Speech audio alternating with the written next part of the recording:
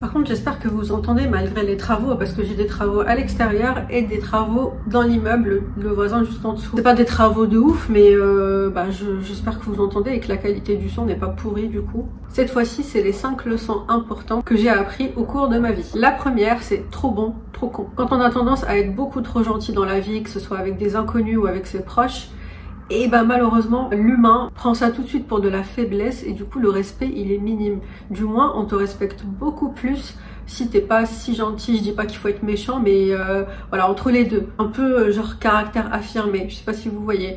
Et voilà, ne pas montrer ce côté trop gentil chez soi, et je trouve ça dommage. Mais on est dans un monde de requins, et là ça vaut pour tout, que ce soit le travail, le social, peu importe. Quand on est trop bon, bah oui, le proverbe trop bon, trop con est tellement véridique. Ça me ramène justement au deuxième point, il n'y a pas mieux que le juste milieu, qui est ma philosophie de tout. Dans la vie, il faut un milieu, on peut pas être dans un extrême ou un autre, ou que ce soit blanc ou noir. Là, j'ai pas beaucoup d'exemples à donner, mais pourtant j'utilise ça dans tout. Mais par exemple, tout à l'heure, le premier point, trop bon, trop con, il faut être dans le juste milieu. Le troisième point, c'est on ne doit pas compter sur quelqu'un d'autre pour être heureux. Ça aussi, c'est 100% véridique. Et je dis ça, mais c'est pas forcément quelque chose que j'applique tout le temps. J'ai encore du mal avec ça, étant donné que je pense être dépendante affective. Donc c'est vraiment, ça joue énormément.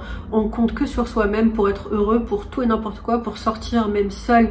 Et bah c'est bien, voyager seul, c'est bien. On se rend heureux tout seul. Que si vous comptez trop sur quelqu'un pour être heureux, bah malheureusement, comme je l'ai dit, rien ne dure éternellement. J'ai dit ça sur la dernière vidéo. Et ça peut être une relation de couple où par exemple vous êtes habitué tout le temps à sortir avec votre meilleur ami et puis hop, du jour au lendemain la personne elle déménage à l'autre bout du monde, ou ça peut être vraiment tout, même la famille c'est pareil. Il y a des familles qui sont toxiques malheureusement, la mienne heureusement non, je suis très reconnaissante. Vaut mieux dès le départ ne compter que sur soi et ne pas s'attendre à ce que quelqu'un nous rende heureux, ne pas attendre là comme ça, oui bon je serai heureuse que lorsque ceci, lorsque cela, lorsque j'aurai mon CDI, ou que j'aurai je sais pas moi voyagé dans un pays en particulier, ou que j'ai trouvé l'amour. Par contre attention, dans cette vidéo je vous pousse absolument pas à la solitude, et je comprends parfaitement qu'il y ait des gens qui se sentent qui sont dans la solitude, pas forcément que les personnes âgées mais même les jeunes hein. Moi je le ressens aussi, pour ceux qui habitent seuls surtout. Je dis pas qu'il faut en fait c'est un peu chiant aussi ce genre de discours, j'en ai parlé sur un TikTok où tout le temps on nous rabâche qu'il faut être seul, qu'il faut être bien seul, etc. Alors bien sûr que c'est vrai, mais c'est saoulant de l'entendre à force. Moi ce que j'essaie de vous dire, c'est vraiment d'essayer et de travailler sur ce point, et essayer de se dire que je suis bien seule, et que justement avec cet état d'esprit positif, ça ne peut que attirer en fait les personnes positives. Quatrième point, à vouloir trop abuser des choses, ça nous retombe dessus. Et là, j'ai mis entre parenthèses parce que je savais que j'allais oublier un exemple, mais j'en ai un, c'est tout simplement mes au pluriel, mes décolorations de cheveux. Ça aussi, il y a une vidéo là-dessus, c'est mon rasage de crâne. J'ai tellement abusé des décolorations, des colorations, des lissages tanins, soi-disant des soins, etc.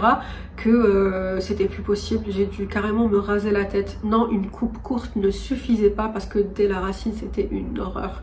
Donc j'étais obligée de tout raser, et c'était vraiment horrible comme moment à passer. Et pour quelqu'un d'impatient comme moi, pour moi le temps il est passé trop lentement. Aujourd'hui, là j'ai une ponytail là, mais mes cheveux aujourd'hui m'arrivent, disons que j'ai un carré qui commence à être long, un carré long à peu près. Donc là ça y est, ça a poussé. Mais maintenant je retiens ça comme une leçon. Je n'abuserai plus du tout des décolorations, et je sais même pas si j'ai envie d'en refaire.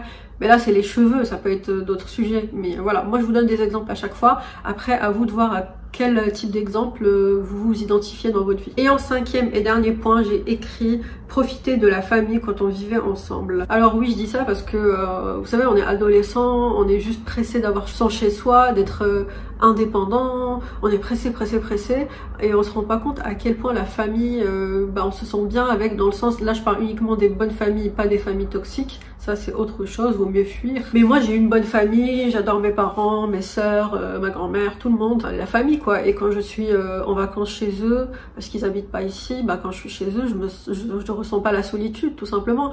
Et avant de déménager seule, quand j'étais avec eux, que j'étais plus jeune que ça, vers la vingtaine, et bien j'ai l'impression que je les prenais pour acquis. La situation familiale, j'ai pris ça pour acquis et aujourd'hui ça me manque tellement. C'est vraiment important de profiter de sa famille, tant vivez avec et surtout tant qu'ils sont vivants. Là ça commence à être un peu triste comme sujet, mais je vais m'arrêter là en tout cas pour les 5 points de 5 leçons importantes que j'ai appris dans ma vie. C'est fini, merci d'avoir regardé, surtout si vous avez regardé jusqu'au bout, je vous fais de gros bisous et à très vite. Ciao.